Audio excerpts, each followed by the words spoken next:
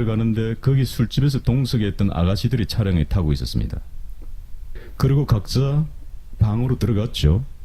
자, 그러면 함정이라고 난 판단했잖아요. 그래서 그 아가씨 보고 저는 난 잠을 자야 되겠다. 그러고 있는 찰나에 갑자기 노크 소리가 똑똑 들려요. 중국 공안들이었습니다. 마약 단속하러 온 거예요. 일단 첫 번째는 마약하고 여자 성매매였어요. 매춘하고. 근데 그 아가씨도 데리고 나가버린 거예요.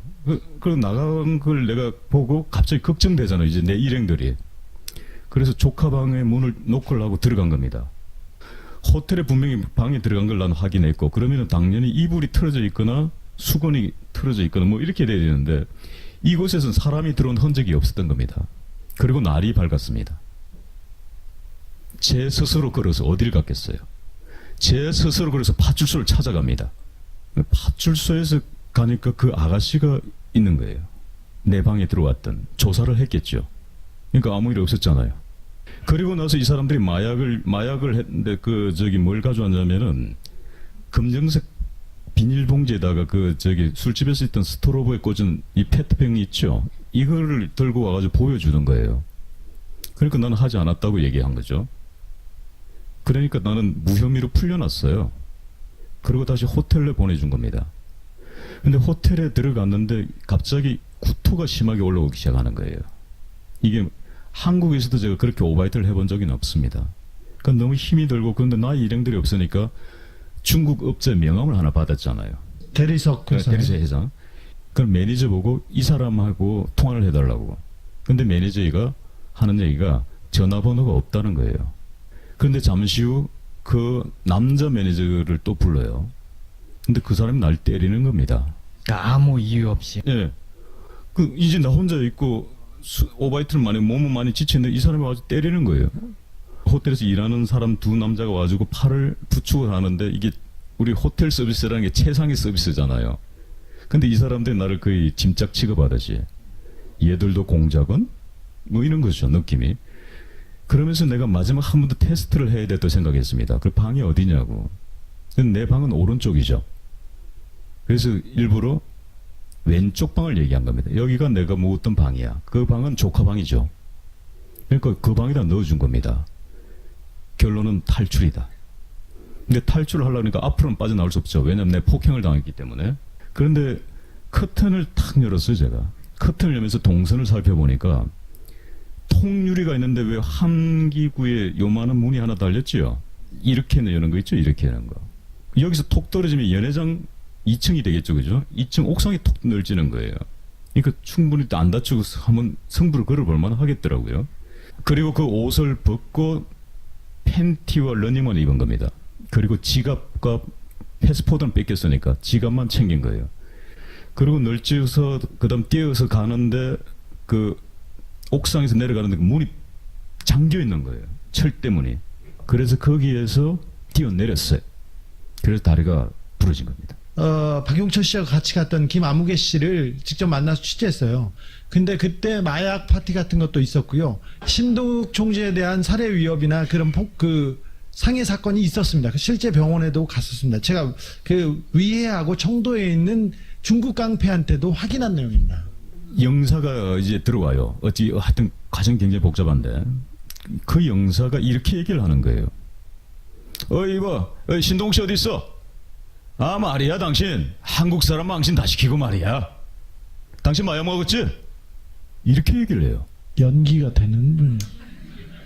그래, 난 당신을 믿을 수가 없어. 넌 가짜야. 너들 그들과 한 패지라고 합니다. 아니, 전 영사입니다. 그러면 신분증을 보여다오. 신분증 없습니다. 명함 있습니다. 그 명함을 줍니다. 중국에서 가짜가 판치는 나라에서 이 명함을 믿으라고. 난 믿을 수가 없어. 다른 것도 없어? 이러니까 패스포드가 있다는 거예요. 여권. 내 여권하고 당신 여권을 비교하자. 한국 사람이니까. 두 개 맞춰가지고 같으면 인정해주마.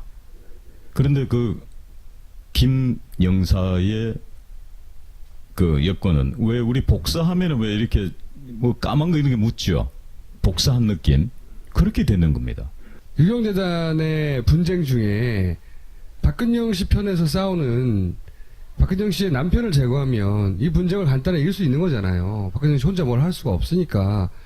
그래서 제거하려고 했는데 그 방식이 처음에는 아마 마약을 통해서 중국에서 붙잡히고 거기서 뭐 10년을 살든 20년을 살든 그렇게 만들려고 했던 것 같아요.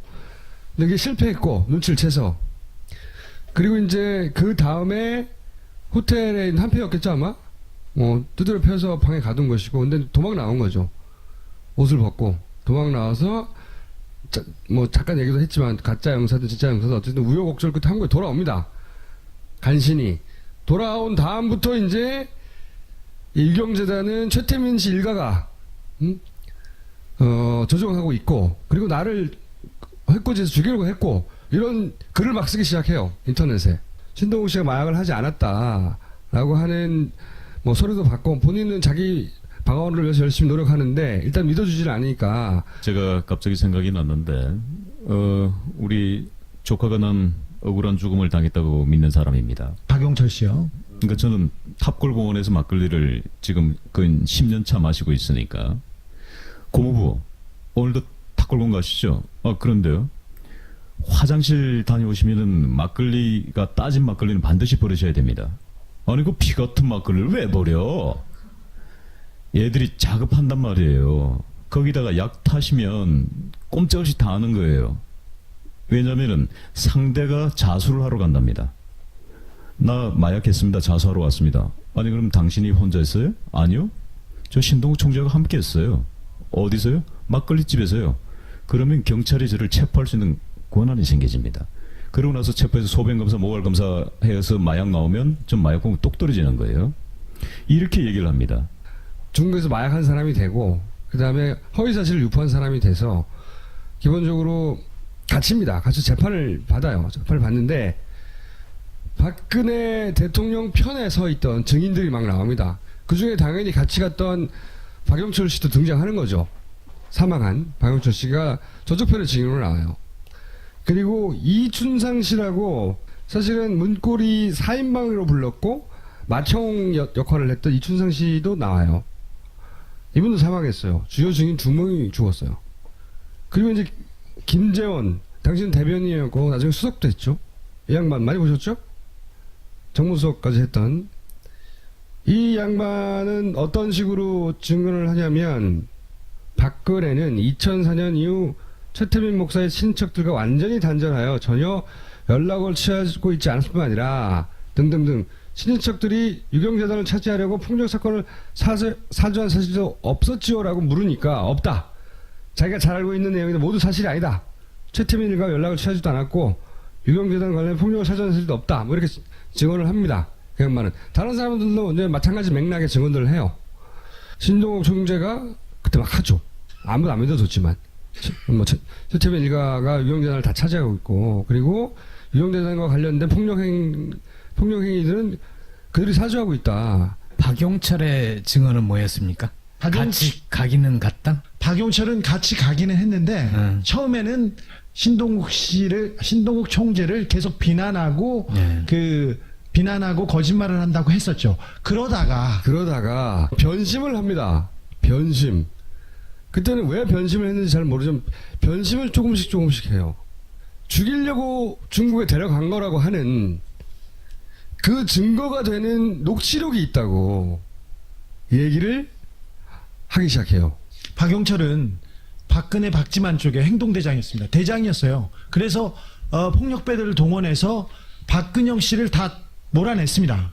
몰아냈기 때문에 큰 공을 세웠지 않습니까? 그래서 자기가 중요한 자리에 앉을 거라고 생각해서 실제로 폭력 사태 이후에 어린이 관장 그 어린이 공원의 관장을 자기가 했어요. 그러다가 조폭 출신이 어린이 관장을 네.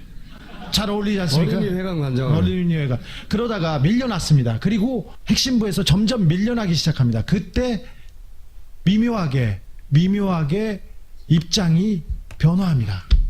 원래 이제 폭력 사태 때는 자기가 앞장서서 어깨 노릇을 했는데 사태가 진정되고 나니까 자기 역할이 줄어드는 거죠. 그러면서 다른 사람이 그 자리를 차지한 거예요. 그러니까 이 양반이 섭섭했나 봐. 그렇겠죠 아무래도. 그러면서 이제 자기가 쥐고 있다고 하는 실제로 있는지 없는지 아직도 확인되지 않은 박지만 회장이 신동욱 총재를 죽이라고 했다. 그 명령을 내가 이 기록으로 통화 녹취로 가지고 있고 그 녹취는 캐나다에 있는 가족이 캐나다에 있었거든요. 캐나다에 두고 있다. 뭐 이런 이야기를 하기 시작하는 와중이었어요. 그러니까 이제 갑자기 적이 된 거죠. 이 재판이 진행되는 과정에. 녹취록을 가지고 고소를 합니다. 누구를 고소했습니까?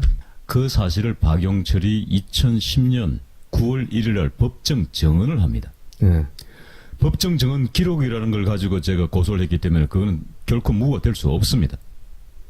그런데 1심 판결문에는 박용철이 법정에서 증언한 사실이 없으므로 유죄입니다. 2010년 9월 1일 날 박용철 씨가 법정에 나와서 이렇게 말합니다. 박지만 회장의 비서실장이죠. 정용희 비서실장이 나에게 박지만 회장님의 뜻이다라고 이야기한 것을 증인이 녹음한 테이프가 있다. 근데 여기서 죽이란 말은 그런 네. 말은 안 했어요. 테이프라고도 할 것도 없고 증인이 핸드폰에 녹음해 놓은 것을 핸드폰을 바꿔서 캐나다에 가져다 놓았다. 이렇게 얘기를 합니다. 뭐 무슨 뜻인지 모르겠는데 뜻이다 하는 내용이 담긴 녹취가 자기한테 있다고 주장을 한 거죠. 근데 법정에서. 굉장한 입장 변화죠. 그 법정 9월 1일 정인 신문 조서를 보면은 박용철이 3번에 걸쳐서 인정합니다. 네. 그게 굉장히 중요합니다. 네. 그러면은 박지만 회장은 나를 목으로 걸 게 아니라 비서실장을 고소해야 되고 박용철을 고소해야 맞습니다. 그렇지 않습니까? 그들의 법정 증언 기록을 가지고 저는 고소를 한 겁니다. 무슨 얘기냐면 여기서는 이 기록을 봐라. 나를 죽이라고 한 거 아니냐.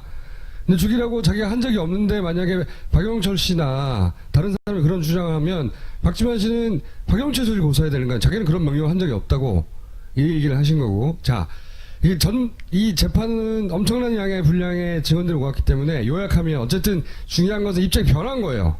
박용철 씨의 입장이 변했고 박용철 씨는 나중에 취재를 통해서 우리가 알게 된 몇 가지 사실이 있긴 하지만 여하간 아마도 그 변화된 입장을 가지고 저쪽에서 무슨 대가를 받으려고 했겠죠. 그런 압박을 하려고 했겠죠. 그런 일이 진행되는 와중에 죽은 거예요. 박용철 행동대장의 입장 변화가 있으니까 이런 행동 변화가 있으니까 중요한 사람이지 않습니까? 그래서 증인으로 신청을 합니다. 변호사를 통해서 2011년 9월에 증인으로 한 번 다시 박용철을 요청합니다. 조성래 변호사가. 신동욱 총재 변호사가 이거 다시 들어봐야 되겠다라고 신청을 하고 거기 법정에 나오기 직전에 죽어요. 이 사건이 벌어지는 거예요. 9월 27일 날 재판에 나오기로 했었습니다. 박용철 씨는. 근데 9월 6일 날 새벽에 살해당했습니다. 박용철 씨는 항상 자기가 당할 수 있다고 생각했어요. 그분은 주니어 그 유도 대표까지 한 그 거구인 사람이고 조폭 보스 같은 사람이에요. 근데도 신변의 위협을 느껴서 재판에 나올 때조차 보디가드를 4명의 데려왔어요. 보디가드를 데리고 왔습니다. 그런데도 당하셨어요. 이상한 건 이상한 거라고 주장한 거 가지고 이제 우리가 감옥에 갈 뻔한 것이고 네네. 주진도가 제가 이상하다고 주장해서 재판을 받고 사전 구속영장이 청구돼서 수갑을 차고 유치장에 끌려갔었죠. 그리고 이제 이상하다고 한 이유로. 그런데 이 빈 구석을 메꾸는 스토리가 저랑 주진우가 두바이 가서 들은 이야기입니다. 그래 와서 이렇게 된 거구나 하고 이제 아기는 다 맞았어요. 아기는 다 맞았는데 오늘은 그 얘기를 하려고 하는 건 아니고요. 언젠가 할 수 있겠죠. 오늘은 어떤 얘기를 하려고 하냐면 여기 보시면 최태민 목사가 유경재단을 차지하고 돈을 뺏고 관리하고 그러니까 최태민 일가는 박근혜 대통령의 돈을 관리했다. 이거는 너무나 많이 반복돼서 이제 보도됐잖아요. 그러면 그때 그런 일을 해결하기 위해서 동원된 예를 들어서 신동욱 씨를 어깨를 동원해서 어떻게 해버린다든가 또는 거기 깡패와 한센인이라고 우리가 흔히 부르는 그런 사람들이 동원된 아주 처참한 폭력들이 많이 있었거든요. 가족 간에. 그런데 이 폭력은 누가 그러면 관리하고 동원하고 사주하고 한 건가? 예를 들어서 이제 이 아까 얘기한 이 김재원 정무수석은 이렇게 최태민 일가하고 아무 상관없다고 했고 신동욱 총재 재판에 저분은 매일 방청석에 와 있었어요. 집사처럼. 이렇게 얘기를 해요. 나중에는 이게 지금 최근의 기사예요. 이제 최근의 기사에 다시 등장하기 시작한 거죠. 오촌 사건 때 이 사람 위증한 거 아니냐고. 왜냐하면 앞에 주의한 두 사람은 죽었어요. 이 사람 여권에서 김 전 수석이 박 대통령 주의 인적 관계를 잘 알고 있기 때문에 가장 잘 아는 사람이지 모르는 사람이 아니라고 이제 말하는데도 본인은 몰랐다고 계속 합니다. 몰랐다고 하는데 자 이제 폭력에 대해서 얘기를 해볼게요. 돈 말고 돈은 알겠어. 최태민 일가 관리했던 건. 그럼 폭력은 누가 관리했느냐? 2007년도에 유경재단 이사장인 박근영 씨를 내몰기 위해서 박지만 쪽에서 계속 조폭을 보냈습니다. 그래서 박근영 씨도 조폭을 샀어요. 그래서 조폭끼리 계속 싸우다가 이 싸움이 정리됩니다. 계속 조폭 대 조폭으로 싸우다가 이 싸움을 정리한 게 결국은 이 박근영 당시 이사장을 그때 동원된 한센인이 목사를 자꾸 끌어냅니다. 저때 저 자리에 있었던 조직폭력배를 제가 만났는데 자기가 수많은 전투에 참여했는데 아무것도 할 수가 없었다요. 그냥 끌려 나왔습니다. 다.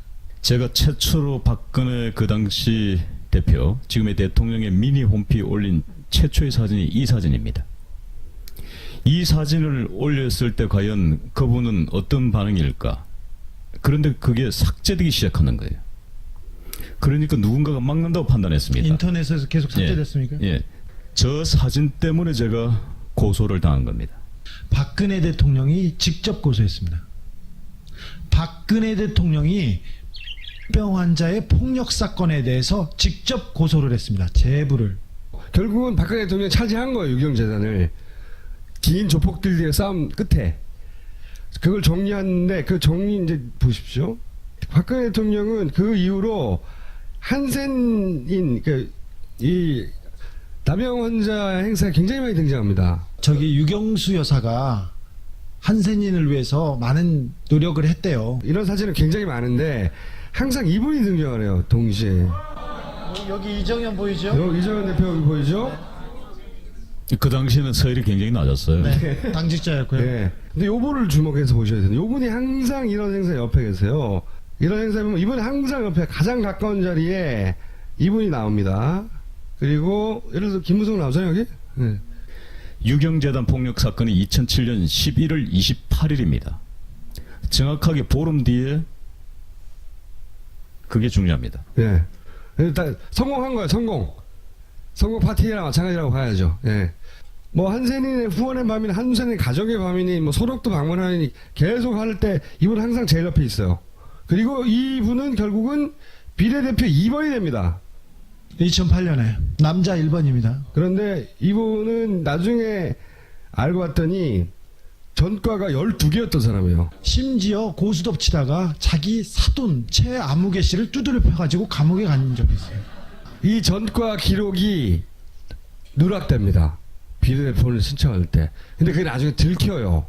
들켜서 사실 선거법 위반으로 재판을 받다가 결국 이 사람 감옥 갑니다. 유죄 확정. 의원직 상실되고. 왜냐하면 이 과정에서 뭐 돈 먹은 거, 돈 받은 거 막 이런 거 막 나오거든요. 그래서 감옥을 가긴 가요. 이분이 당시 한센인들이 투입된 그 작전을 지휘한 총책입니다. 총책임자. 네. 저도 그 당시 그분에게 맞았습니다. 총책임자였어요. 이분이 누구냐 이거야. 우리가 궁금해왔던 것은 계속 박근혜 대통령과 무슨 상관관계가 있는데 갑자기 이 양반이 튀어나와가지고 다 정리하고 결국은 비례 2번을 먹었냐 이거야. 오랫동안 저희가 궁금해왔던 거예요. 거기에 대해서 오늘 얘기를 좀 하실 게 있답니다. 제 주변에서 일어난 사건들을 제가 추적하다 보니까 아주 공통적인 재미난 이름을 발견하기 시작합니다.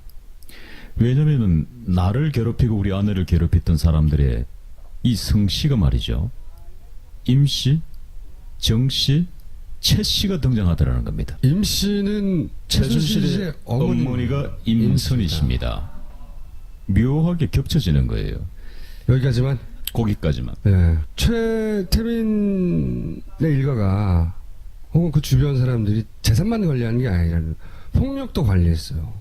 기본적으로. 폭력도 관리했고 그 폭력 관리 중에 대단히 의심스러운 것들이 이런 사건들을 취재해가면서 만나는 죽음들입니다. 그렇다 그분들이 직접 거기에 관여했다고 내가 말할 근거는 증거는 없어요. 증거는 없는데 들은 이야기는 많이 있죠. 증언들은. 근데 예를 들어서 오늘 한 가지 나가보면 박정희 생가보존회장이란 이분입니다. 박정희 대통령과 어릴 때부터 알았다고 알려진, 박정희 대통령의 후배예요. 진짜 친한지는 모르겠지만 그렇게 알려진, 제가 저분을 만났을 때 박근혜한테 그네는 그랬습니다. 2008년 3월 26일 날 갑자기 이분이 피살을 당합니다. 피살을 당하는데 어떻게 죽느냐?